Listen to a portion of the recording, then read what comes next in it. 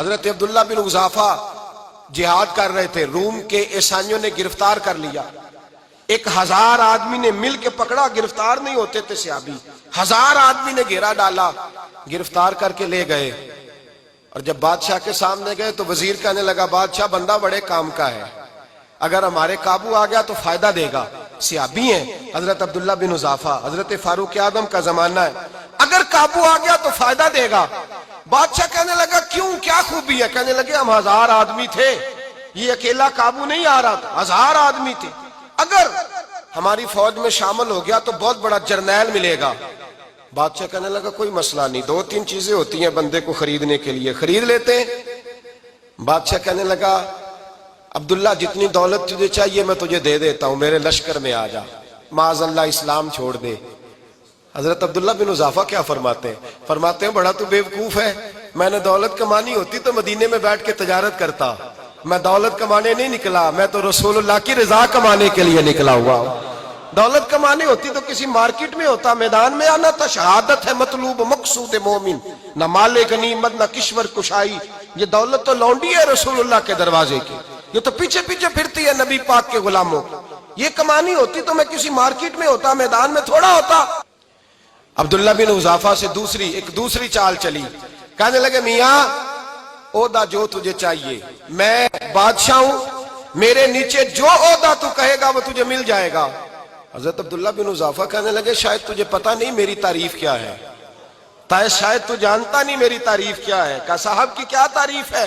کہنے لگے میں رسول اللہ کا صحابی ہوں، اور کائنات میں سب سے بڑا عہدہ مصطفیٰ کے صحابی ہونے کا عہدہ ہے۔ صحابہ وہ صحابہ تھے جن کی ہر صبح عید ہوتی تھی، خدا کا قرب حاصل تھا، نبی کی دید ہوتی تھی۔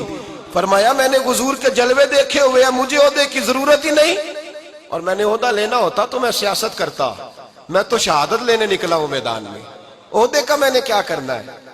اب بادشاہ کہنے لگا اسے قتل کر دو۔ وزیر کہنے لگا نہیں، ایک بات اور ہے، مجھے ایک چال اور چلنے دو۔ کہا وہ کیا؟ کہنے لگے میری بیٹی بڑی خوبصورت ہے، مجھے موقع دو، اپنی ہی بیٹی کو سجا بنا کے، وہ جوان جس کی جوانی اتنی بڑی ہے کہ 1000 آدمی مقابلے میں کھڑا نہیں ہوتا، اس جوان کے کمرے میں رات کی تنہائی میں بنا سوار کے بی بی کو بھیجا۔ وہ بی بی کہتی ہے میں ساری رات بن سور کے اس صحابی کے کمرے میں بیٹھی رہی، لیکن یہ کیا شخص تھا، ساری رات ہی مصلے پہ بیٹھا رہا، ساری رات ہی، کچھ دیر تھک جاتا تو یہ کریم رسول پہ درود پڑھنا شروع کر دیتا۔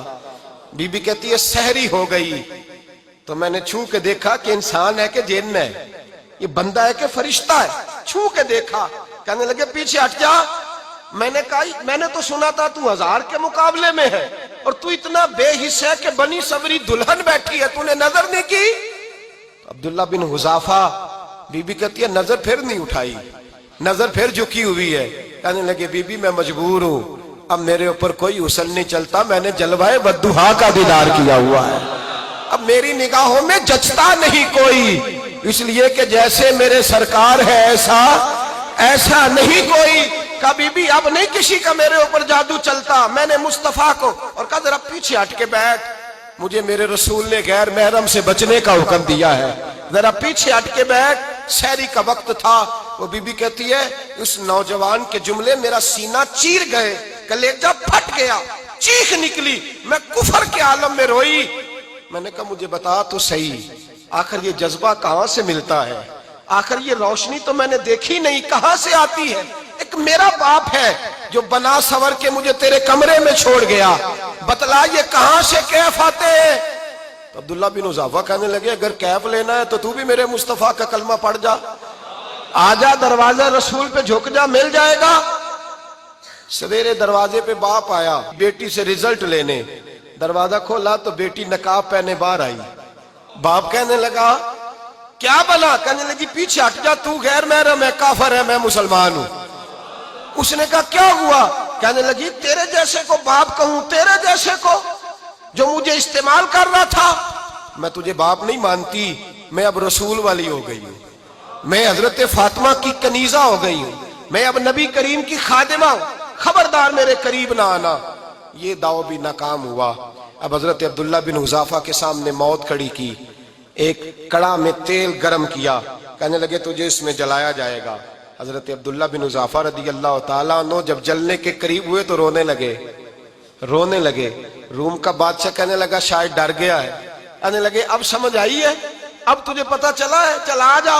حضرت عبداللہ بن حذافہ کہنے لگے تو کافر ہے، تیری کافروں والی سوچ ہے، اس لیے نہیں رویا کہ موت سے ڈر گیا ہوں، میں تو اس لیے رویا ہوں کہ ایک جان ہے، وہ نبی پاک پہ قربان ہو رہی ہے، کاش رب مجھے 1000 جان دیتا، میں ساری مصطفیٰ پہ قربان کر دیتا۔